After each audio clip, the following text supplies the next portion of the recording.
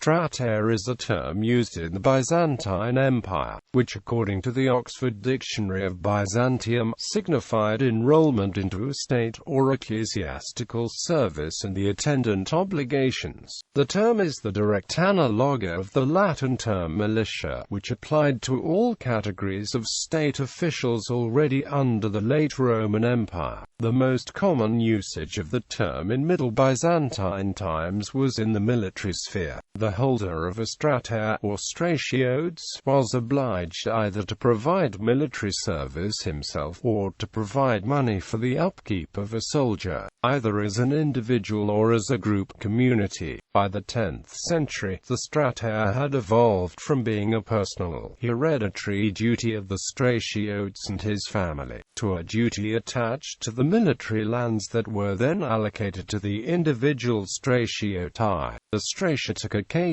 probably originated in the military crisis of the 7th century, when the state was forced to offer land in lieu of cash payment in exchange for the strateia, but they are not actually attested until the 10th century. By that time, various categories of strateia existed, based on the income of the lands attached to them, alongside strateia for the upkeep of sailors, infantrymen and cavalrymen. These included strateia for the upkeep of demosios, dromos and of heavy cavalrymen. The latter new service instituted under Nikephoros II Phocas in the 960s.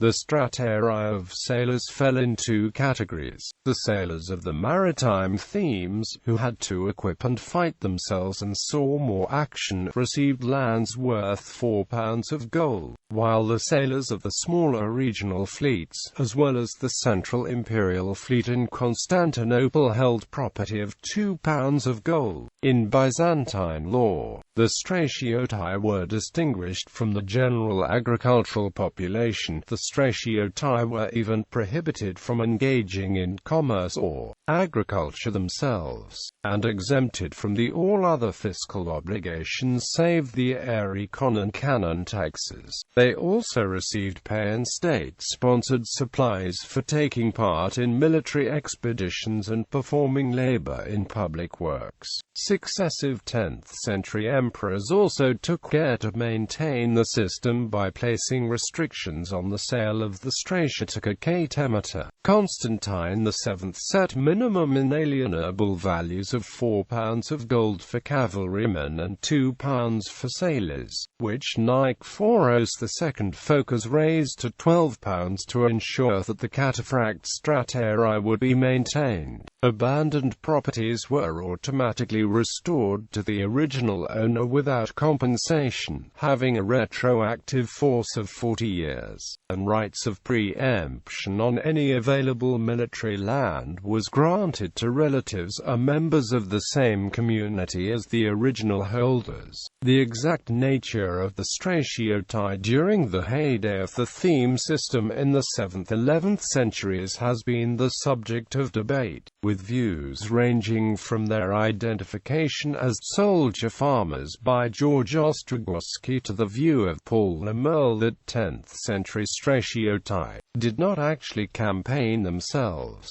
but provided only material support.